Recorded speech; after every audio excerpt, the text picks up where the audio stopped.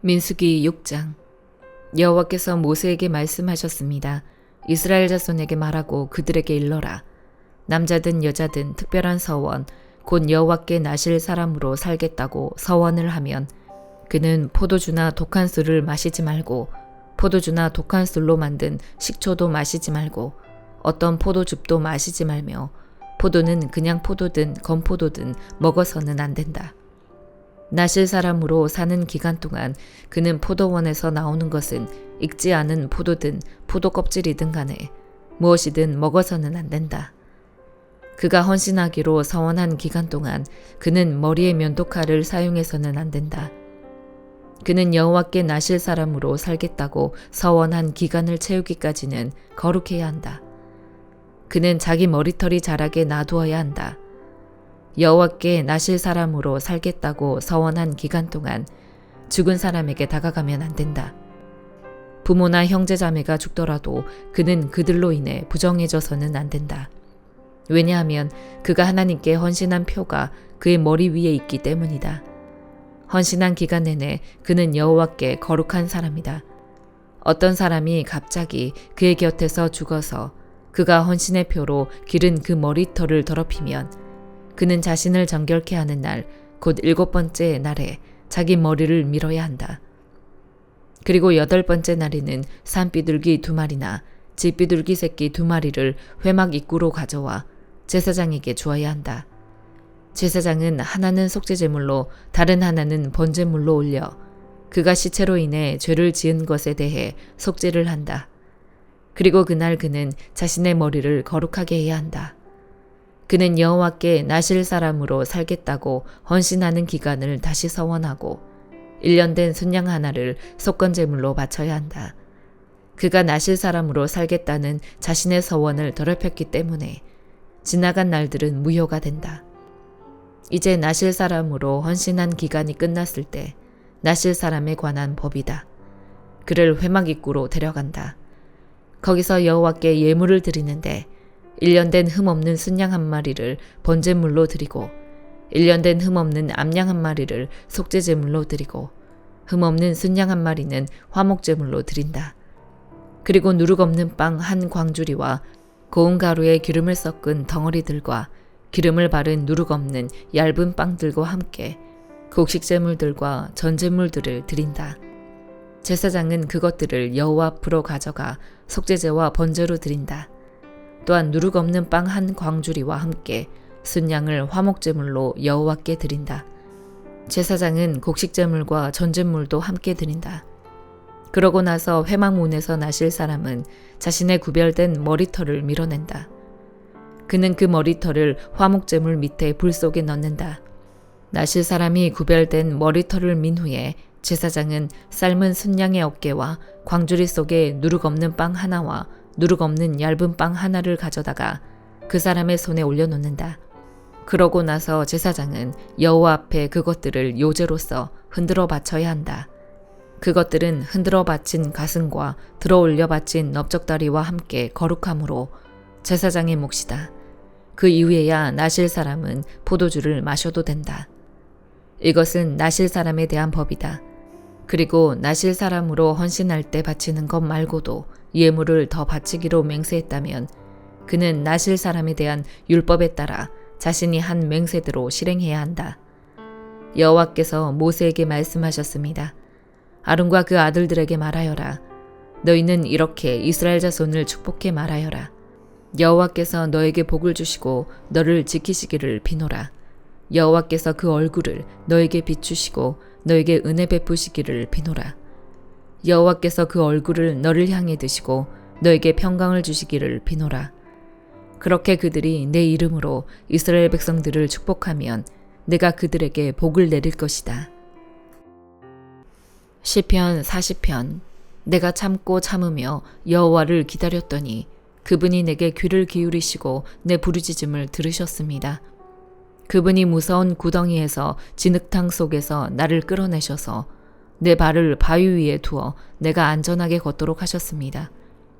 그분이 내 입에 새 노래를, 우리 하나님을 찬양하는 노래를 넣어주셨습니다. 많은 사람들이 보고 두려워하며 주를 믿게 될 것입니다. 여호와를 의지하고 교만한 사람들이나 거짓의 길로 빠지는 사람들을 돌아보지 않는 사람은 복이 있습니다. 오 여호와 내 하나님이여, 주께서 하신 놀라운 일들이 너무나 많고 우리를 향한 주의 생각이 너무나 많습니다. 내가 그것들을 말하려고 해도 너무 많아 일일이 다 열거할 수 없을 정도입니다. 주께서는 제사와 제물을 원하지 않으셨고 번제와 속죄제도 요구하지 않으셨습니다. 주께서 내 귀를 열어주셨으니 그때야 내가 여기 있습니다. 내가 왔습니다. 나에 대해 기록한 것이 두루마리 책에 있습니다. 오 내 하나님이여, 내가 기쁘게 주의 뜻을 행하겠습니다. 주의 법이 내 마음속에 있습니다. 라고 했습니다. 내가 집회에서 의로운 말씀을 선포했습니다. 오 여호와여, 내가 내 입술을 막지 않았음을 주께서 아시지 않습니까? 내가 마음에 주의 의를 숨기지 않았고 주의 신실함과 주의 구원을 선포했습니다. 집회에서 내가 주의 사랑과 주의 진리를 감추지 않았습니다. 오 여호와여, 주의 자비를 내게서 거두지 마소서. 주의 사랑과 주의 진리로 항상 나를 보호하소서. 수도 없는 악이 나를 둘러싸고 있습니다. 내 죄들이 나를 덮치니 앞을 볼 수가 없습니다. 그 죄들이 내 머리털보다 많으니 내가 낙심했습니다. 오 여호와여, 어서 나를 구원하소서. 오 여호와여, 어서 빨리 나를 도우소서. 내 영혼을 노리는 사람들이 수치와 망신을 당하게 하소서. 내가 멸망하기를 바라는 사람들은 모두 수치를 당하고 물러나게 하소서. 내게 아하 아하 하는 사람들이 오히려 수치를 당하고 물러나게 하소서. 그러나 주를 찾는 사람들은 모두 주 안에서 즐거워하며 기뻐하게 하소서. 주의 구원을 사랑하는 사람들이 여호와는 높임을 받으소서 하고 끊임없이 말하게 하소서. 그러나 나는 가난하고 구차합니다. 주여, 나를 생각해 주소서. 주는 내 도움이시며 나를 건지시는 분이시니 오 내 하나님이여, 지체하지 마소서. 시편 41편. 가난한 사람들을 생각해 주는 사람은 복이 있습니다. 고통당할 때 여호와께서 그를 건지실 것입니다. 여호와께서 그를 보호하시고 살려주실 것입니다. 그가 땅에서 복을 받을 것이며 주께서 그의 적들의 뜻대로 그를 내주지 않으실 것입니다. 그가 아플 때 여호와께서 그에게 힘을 주시고 병상에서 일으켜 다시 건강하게 해주실 것입니다. 내가 오 여호와여, 나를 불쌍히 여기시고 내 영혼을 고쳐주소서. 내가 주께 죄를 지었습니다 했습니다. 내 적들이 내게 악담을 합니다. 그가 언제 죽을까? 그의 이름이 언제 사라질까 하며 나를 보러 와서는 빈말이나 늘어놓고 마음 가득 악을 모아두었다가 밖으로 나가서 퍼뜨리고 다닙니다. 나를 미워하는 사람들이 모두 합심해 나를 두고 수군거리고 어떻게 하면 나를 해칠까 계획을 세우면서 그가 몹쓸 병에 걸려서 자리에서 다시는 일어나지 못할 것이다 라고 합니다. 내가 믿던 가까운 친구, 내 빵을 나눠 먹던 그 친구조차 나를 대적해 발꿈치를 들었습니다. 그러나 오 여호와여, 내게 자비를 베푸소서. 나를 일으켜 내가 그들에게 갚아주게 하소서. 주께서 나를 기뻐하시는 줄 내가 압니다. 내 적들이 나를 이기지 못하기 때문입니다. 내 진실함을 보신 주께서 나를 붙드시고 주의 얼굴 앞에 영원히 세우십니다. 이스라엘의 하나님 여호와를 영원부터 영원까지 찬양합니다. 아멘, 아멘. 아가 4장. 내 사랑 그대여, 당신은 얼마나 아름다운지요. 너무나 아름다워요. 베일 너머 당신의 눈은 비둘기 같군요. 당신의 머리칼은 길라산에서 내려오는 염소떼와 같네요. 당신의 이는 목욕하고 나와 방금 털을 깎은 암양떼와 같습니다. 하나하나가 모두 짝을 이루어 그 가운데 홀로 된 것이 없네요. 그대의 입술은 새빨간 매듭 같고 그대의 입은 사랑스럽습니다. 베일 너머 그대의 뺨은 쪼개놓은 석류 한쪽 같아요. 당신의 목은 무기를 두려고 세운 다윗의 탑과 같으니 거기에는 1000개의 방패들, 전사들의 방패들이 걸려 있습니다. 그대의 두 젖가슴은 백합화 사이에서 풀을 뜯는 두 마리 쌍둥이 노루 같아요. 날이 저물고 그림자가 사라질 때까지 나는 모략의 산을 유향의 언덕을 오르겠습니다. 내 사랑이여, 당신은 정말 아름답습니다. 그대에게 흠이라고는 없습니다. 레바논에서 나와 함께 가요. 내 신부여. 레바논에서 나와 함께 가요. 아마나와 스닐과 헤르몬 꼭대기에서, 사자굴에서, 표범들의 산에서 내려오세요. 내 누이여, 내 신부여. 그대가 내 마음을 빼앗아갔습니다. 그대의 단 한 번 눈길로, 당신 목에 있는 단 하나의 장식으로 그대는 내 마음을 빼앗아갔습니다. 내 누이여, 내 신부여. 그대의 사랑이 얼마나 달콤한지요. 그대의 사랑은 어떤 포도주보다도 감미롭고 그대의 향기는 그 어떤 향내와도 비교할 수 없네요. 내 신부여, 그대 입술에서는 꿀송이가 흘러나오고 그대의 혀 밑에 맺혀있는 젖과 꿀이 느껴집니다. 당신 옷의 향기는 레바논의 향기 같네요. 내 누이여, 내 신부여. 그대는 잠가놓은 정원입니다. 닫아놓은 우물이며 봉해 놓은 샘물입니다.